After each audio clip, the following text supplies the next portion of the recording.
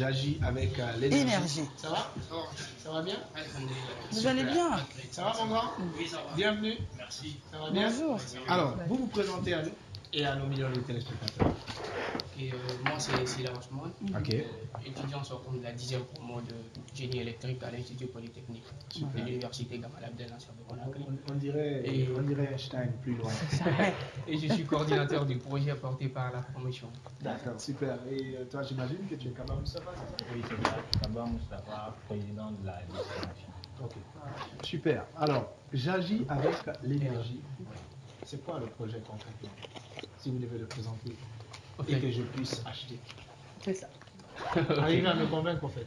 Voilà. En fait, j'agis avec l'énergie, c'est pas un produit qu'on achète, mais en fait, c'est un projet qui est parti d'un constat.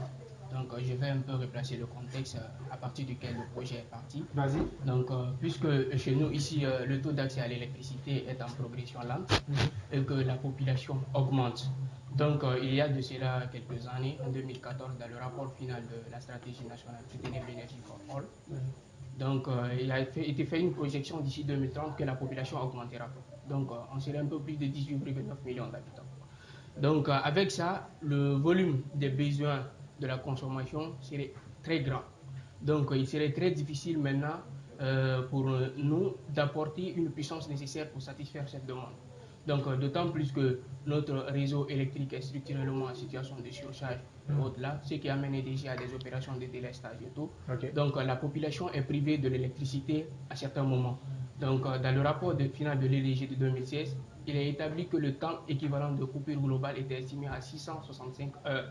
Donc, qui comprend les incidences, les travaux et aussi les temps de délestage. C'est ce qui est énorme.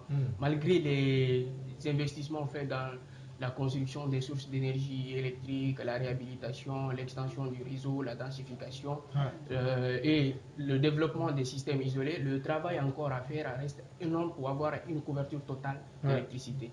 Donc, c'est pourquoi nous avons pensé que l'utilisation d'une part des appareils électriques performants et peu gourmands en électricité, comme par exemple les lampes LED et les équipements éco-labellisés, et d'autre part la promotion et l'utilisation des sources d'énergie renouvelables sont salutaires et peuvent améliorer l'efficacité globale de notre système électrique. Donc le projet J'agis avec l'énergie, c'est une semaine d'activité qui va se dérouler dans la ville de Conakry avec pour cible 800 ménages. Donc ces 800 ménages-là, on va aller vers eux, les expliquer comment utiliser de l'énergie électrique à bon escient, parce que vous n'êtes pas sans savoir aujourd'hui que la population guinéenne a pris de plaisir à l'utilisation de l'électricité. Donc là, leur privé de l'électricité va amener des soubresauts dans la cité avec des conséquences énormes.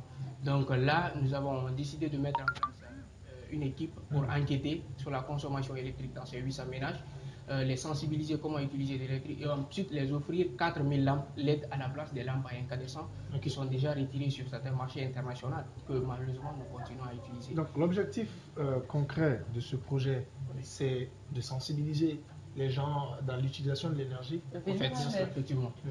Venir en aide et aussi réduire les coupures intempestives de l'électricité, réduire le taux d'utilisation des lampes à incandescence.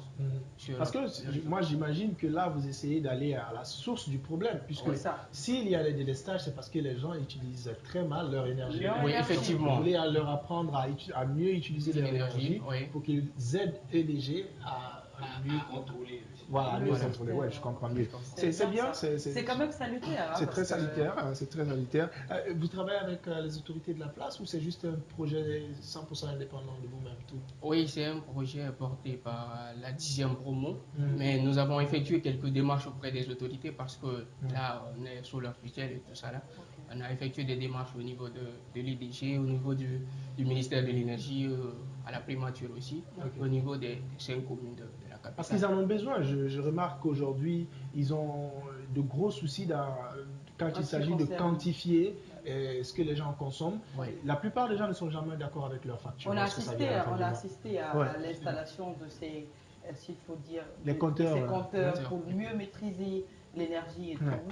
Mais je ne sais pas si ça paye, parce que là, récemment, je l'ai dit tout à l'heure, avec les dernières factures qui ont été reçues par les gens, c'est ça râle de partout. Ouais. C'est un gros coup de gueule parce que les gens ne sont pas du tout d'accord avec ce qu'il y a sur leur facture. Oui, il y a d'autres qui pensent qu'ils n'ont pas utilisé ça. Voilà, compte tenu du fait qu'il y a eu 3 mois qui ont été pris en charge par les autorités, par le gouvernement, compte tenu, c'était à cause de la pandémie du coronavirus. Et puis après, on te ramène une facture qui prend encore en compte les 3 mois qu'on a dit qui ont été payés par l'État. C'est un peu complexe. Donc c'est pour ça que je pose cette question, parce que je me dis qu'aujourd'hui, qu'ils en ont vraiment besoin. Ils ont besoin de vous et de votre projet pour pouvoir peut-être régulariser ce fléau, parce que c'est un gros fléau aujourd'hui dans la consommation de l'électricité dans les différents foyers ici en République de Guinée.